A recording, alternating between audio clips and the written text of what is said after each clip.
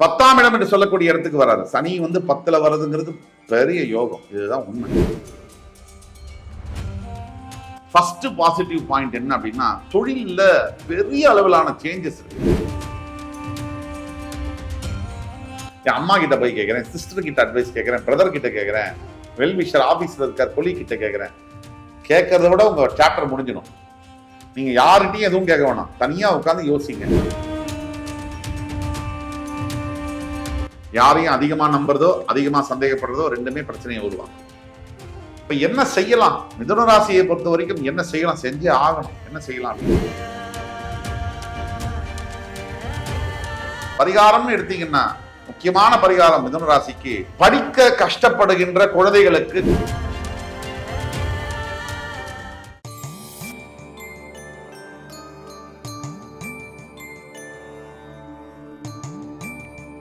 வக்ரதுண்ட மகாகாய சூரியகோடி சமப்பிரபக அவிக்னம் குருமே தேவ சர்வகாரியேஷு சர்வதா. தென்னாட்டுடைய சிவனை போற்றி, என் நாட்டவர்க்கும் இறைவா போற்றி. நண்பர்களே, இந்த புத்தம் புதிய காணொலிக்கு உங்கள் அத்துணை பேரையும் வரவேற்பதில் மிக்க மகிழ்ச்சி கொள்கிறேன். சனி பயிற்சி 2026 மார்ச் 6 அன்னைக்கு வாக்கிய பஞ்சாங்கப்படி கும்பத்திலிருந்து மீனத்திற்கு வரக்கூடிய சனி பகவான். அந்த வரிசையில் இன்றைக்கு நம்ம பார்க்க போது மிதுன ராசியினுடைய பலன்கள். பயிற்சிகள்லயே சனி பயிற்சிக்கு ஏன் இவ்வளவு அட்ராக்ஷன், மேக்னட்டிசம்? சனி பயிற்சிக்கு இருக்கிற அளவுக்கு முக்கியத்துவம் வேற எந்த பயிற்சிக்கும் இல்லை. இதுல ஏன்னா 2.5-3 வருஷத்துக்கு ஒரு தான் சனி பகவான் பயிற்சியே ஆறாரு. அதுதான் முக்கிய காரணம். நம்ம வீட்டுக்கு தினமும் வரவர் ஒருத்தர் இருக்காரு அப்படின்னா அவர் வந்தா கூட இம்பார்ட்டன்ஸ் இருக்காது. 3 வருஷத்துக்கு ஒரு ஒருத்தர் வர்றாருன்னா அவர் வரும்போது முன்னாடியே வீட்டு வாசல்லாம் ரெடி பண்ணிடுவோம், வீடெல்லாம் கிளீன் பண்ணி வச்சிருப்போம், ரெட் கார்பெட் போட்டிருப்போம், மாலையெல்லாம் போட்டு வரவழைப்போம், சாப்பாடெல்லாம் பண்ணி வச்சிருவோம். இதான் ரீசன், வேற ஒண்ணும் இல்லை. சனியினுடைய தாக்கம் தான் நின்ற ராசி, முன்னாடி இருக்கக்கூடிய ராசி, பின்னாடி இருக்கிற ராசி எல்லாரையும் தாக்கக்கூடியவர், சக்தியுடையவர் சனி பகவான். தற்சமயம் மிதுனத்துக்கு பாக்கியத்தில் இருக்கக்கூடியவர் 10ஆம் இடத்திற்கு வரார். தன்னுடைய 3ஆம் பார்வையால் உங்களுடைய 12ஆம் வீடு, 7ஆம் பார்வையால் உங்களுடைய 4ஆம் வீடு, தன்னுடைய 10ஆம் பார்வையால் உங்களுடைய 7ஆம் வீடு, உங்களுடைய 12, 4, 7 இந்த வீடுகளை பார்க்கிறார். டெக்னிக்கலி இதை பத்தி நம்ம பேசுவோம். இந்த வீடியோவை பொறுத்த வரைக்கும் சனி பயிற்சினால உங்களுக்கு நல்லது நடக்குமா? நடந்தால் 3 பாசிட்டிவான விஷயம் இது. அது மாதிரி எதுல கவனமாக இருக்கணும், அது ஒரு 3 பாயிண்ட். என்ன செய்யணும், அதுக்கு பிறகு பரிகாரம். இப்படிதான் இந்த வீடியோவை தொகுத்து வழங்கப்படும். சனி பயிற்சி 2.5 வருஷத்துக்கு ஒரு தடவை வருது. வாக்கிய பஞ்சாங்கப்படி கும்பத்திலிருந்து மீனத்துக்கு வருது.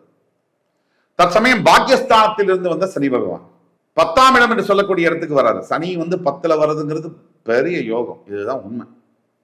9ஆம் அதிபதி 10க்கு வராது. பல தொழில்களில் ஈடுபட்டிருக்கக்கூடிய மிதுன ராசி என்பவர்களுக்கு ஃபர்ஸ்ட் பாசிட்டிவ் பாயிண்ட் என்ன அப்படின்னா, தொழில்ல பெரிய அளவிலான சேஞ்சஸ் இருக்கும். சனி வந்தாலே மாற்றங்கள் இருக்கும். மாற்றங்கள், நீங்க தொழில் செய்யற விதம், மேபி நீங்க ஐடி யூஸ் பண்ண ஆரம்பிக்கலாம், மேனுவல்ல இருந்து கம்ப்யூட்டரைஸ்டா மாத்தலாம், டிஜிட்டலா மாத்தலாம். இப்படி எல்லா விதத்திலையும் தொழில் செய்யக்கூடிய இடம், தொழில் செய்யக்கூடிய விதம், தொழில் செய்யக்கூடிய நபர்கள், முக்கியமான ரிசோர்சஸ், உங்களுடைய கோர் ஸ்ட்ரென்த் என்று சொல்லக்கூடிய ரிசோர்சஸ் மாறலாம். இதெல்லாம் பாசிட்டிவா மாறும். 2 10ஆம் இடத்துக்கு வரதுனாலே தொழில் அபிவிருத்தி, பல கிளைகள் தொடங்கக்கூடிய யோகங்களை சனி பகவான் தருவார். இது வரைக்கும் ஒரு பிரான்ச் தான், ஹெட் ஆபீஸ் மட்டும்தான். இப்போ 5 பிரான்ச் இந்த 2 வருஷத்துக்குள்ள பண்ணுவார். அதை விட அடுத்தது, உங்க வீட்டில் இருக்கக்கூடிய முன்னோர்களுக்கு நீங்க செய்ய வேண்டிய கர்ம காரியங்களை சரியாக சனி உங்களுக்கு செய்ய வைப்பார். அதனால என்ன பலன் அப்படின்னா, உங்க அடுத்த தலைமுறை குழந்தைகளுக்கு மிகப்பெரிய பலன்.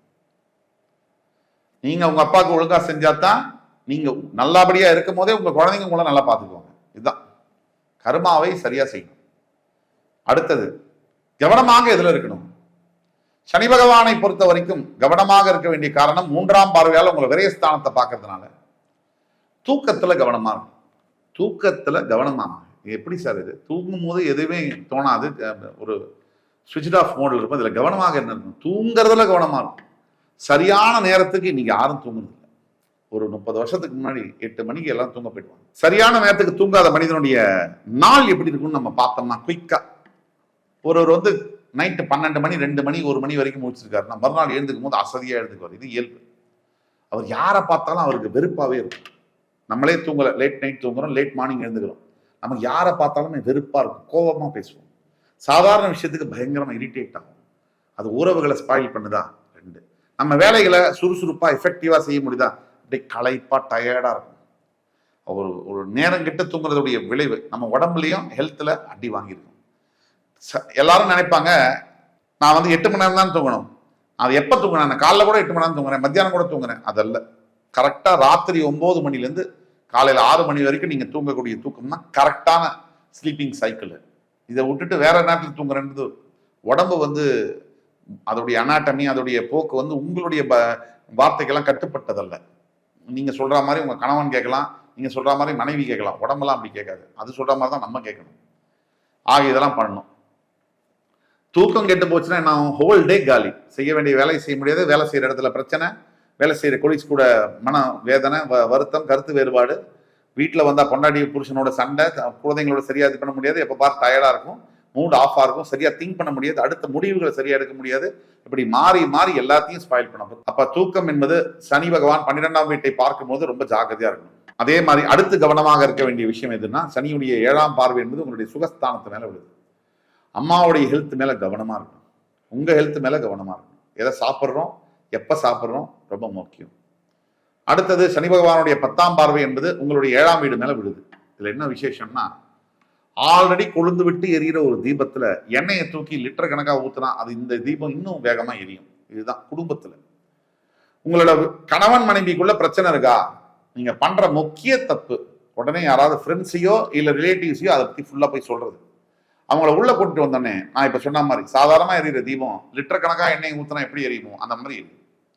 இதான் பிரச்சனை.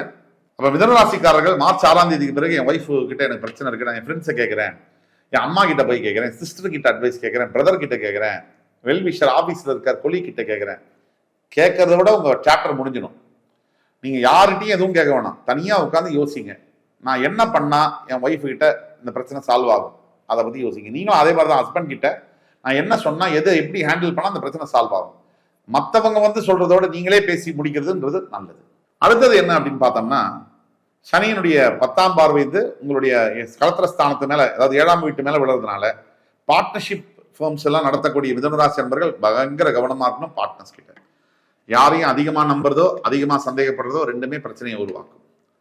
இப்ப என்ன செய்யலாம்? மிதுனராசியை பொறுத்த வரைக்கும் என்ன செய்யலாம், செஞ்சே ஆகணும். என்ன செய்யலாம் அப்படின்னு, எந்த ஒரு பெரிய முடிவுகளையும் உடனே எடுக்கக்கூடாது. 2 தடவை யோசிச்சு எடுக்கணும். முதல்ல 2, தெய்வ பக்தி அப்படிங்கிறது ஒரு நாள் செய்யக்கூடிய விஷயம் இல்லை. அது கன்சிஸ்டண்டா ஒரு பிராக்டிஸ். அது பிராக்டிஸ்ல தான் வரும். அதை கன்சிஸ்டண்டா நீங்க ஒவ்வொரு வாரமும் கோவிலுக்கு போகணும், குலதெய்வ வழிபாடு இதெல்லாம் பழக்கப்படுத்திக்கணும். 3, மிதுனராசி அடுத்து செய்ய வேண்டியது என்ன அப்படின்னா, வீட்டுல தினந்தோறும் காலையிலையும் மாலையிலையும் விளக்கேற்ற வேண்டும். உங்களுடைய இஷ்ட தெய்வத்தை வணங்க வேண்டும். குலதெய்வம் வேற, இஷ்ட தெய்வம் வேற. இந்த இஷ்ட தெய்வத்தை வீட்டுல வணங்க வேண்டும். இந்த 3ம் செய்யும் பொழுது பிரச்சனைகள் இருந்து வெளில வர முடியும். பரிகாரம்னு எடுத்தீங்கன்னா, முக்கியமான பரிகாரம் மிதுனராசிக்கு படிக்க கஷ்டப்படுகின்ற குழந்தைகளுக்கு கல்விக்கான உதவிகளை செய்வது. இதுதான் மீன். அது ஒரு பென்சில் பேனா வாங்கி கொடுத்தா கூட சரி, உங்க சக்திக்கேற்ப உதவிகளை செய்யுங்க. அப்ப ஒட்டுமொத்த மிதுனராசியும் எந்த ஒரு கவலையும் இல்லாமல், ஏன் அப்படி சொல்றேன் அப்படின்னா, கடவுள் உங்க பக்கம் தான் இருக்கார். ஈஸ்வரன் உங்களுக்கு தயை புரிவதற்காக காத்து கொண்டிருக்கிறார் அப்படிங்கிறத நம்ம எடுத்துக்கணும். அப்ப ஒட்டுமொத்த மிதுனராசி நண்பர்களும் கவலைப்படாம தைரியமா எதிர்கொள்ள வேண்டும். எல்லா விஷயங்களும் கைகூடி வரக்கூடிய காலத்துல நீங்க இருக்கீங்க. அடுத்த 2.5 வருஷத்துக்கு அப்புறம் ரொம்ப நல்லா இருக்கும் டைம். அதனால கவலை வேண்டாம், கடவுள் உங்கள் பக்கம் என்று கூறி இந்த எபிசோட முடிச்சுக்கிறேன். அடுத்து வரும் நிகழ்ச்சியில் மற்றொரு சந்தர்ப்பத்தில் உங்களை சந்திக்கும் வரை உங்களிடமிருந்து விடைபெறுவது உங்கள் சுபாஷ் பாலகிருஷ்ணன். நன்றி, வணக்கம், வாழ்க வளமுடன்.